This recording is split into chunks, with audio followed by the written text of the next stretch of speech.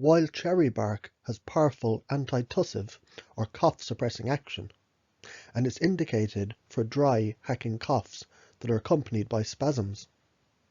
Due to its astringent, sedative, antispasmodic, and bronchodilator action, it dries mucus, increases expectoration, eases coughing, and opens the airways.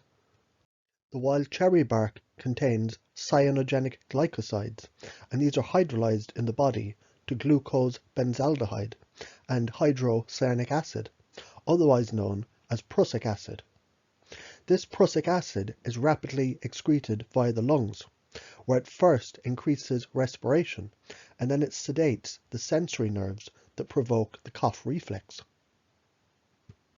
With a mild sedative action, a tincture or a syrup are especially helpful for coughs that make it difficult to sleep. It's also useful for relieving an unproductive, irritating cough that lingers after the initial infection has cleared up. The wild cherry bark is classed as a bitter herb, and it supports the digestive function by stimulating the bitter receptors on the tongue, the stomach, the gallbladder, and the pancreas.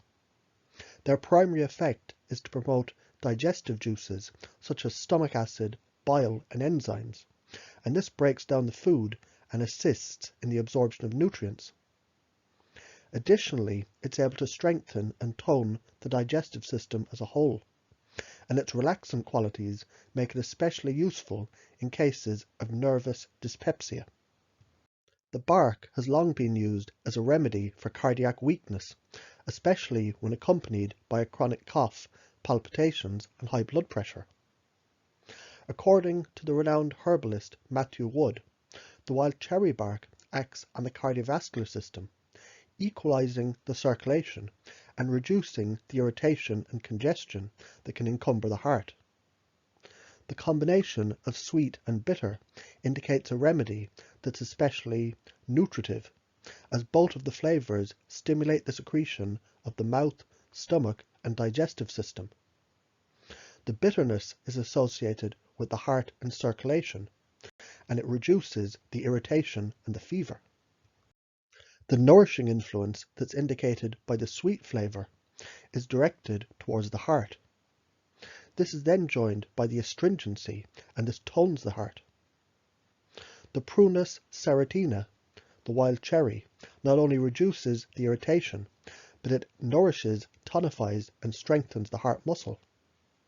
The wild cherry is the American Indian version of hawthorn, which is also a member of the Rosaceae family, used for heart and digestive problems. The constituents in the wild cherry help to reduce the inflammation, and they act as an astringent to the tissues. When applied topically, it's beneficial as an eye wash for inflamed, puffy eyes, and it can be added to natural skin cream to help to soothe problems like eczema, psoriasis, acne, and rashes. The wild cherry bark found notoriety after curing the famous explorer Meriwether Lewis of a severe bout of gastric upset.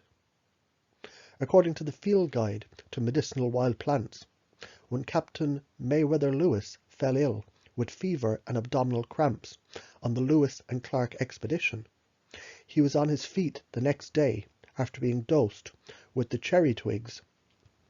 Several tribes have used the inner bark and the berries to treat diarrhea and worms. A poultice of the wild cherry bark, or the root, is useful for treating various wounds and skin problems.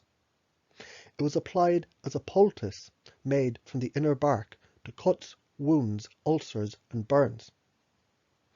It was listed in the US Pharmacopoeia from 1820 to 1970 as an antitussive and a sedative. The wild cherry bark was one of the most treasured herbs to the Native American tribes. It was used as a powerful cough suppressant, particularly for whooping cough, and as a general gastrointestinal tonic, a treatment for diarrhea, as a purgative for colds, and it was applied topically to speed up wound healing and to staunch bleeding. The Cherokee utilized the bark for pain relief during labor. It's also popular in traditional Chinese medicine, where it's indicated when there's heart fire, palpitations, restlessness, agitation, fever and a rapid pulse.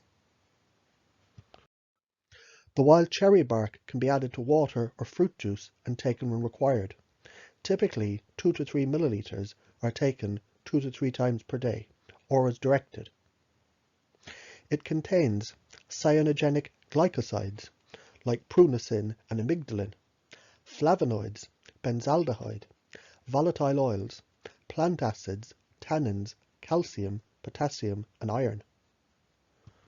It's not recommended for pregnant or breastfeeding women, and you should consult a practitioner if you're already taking medication.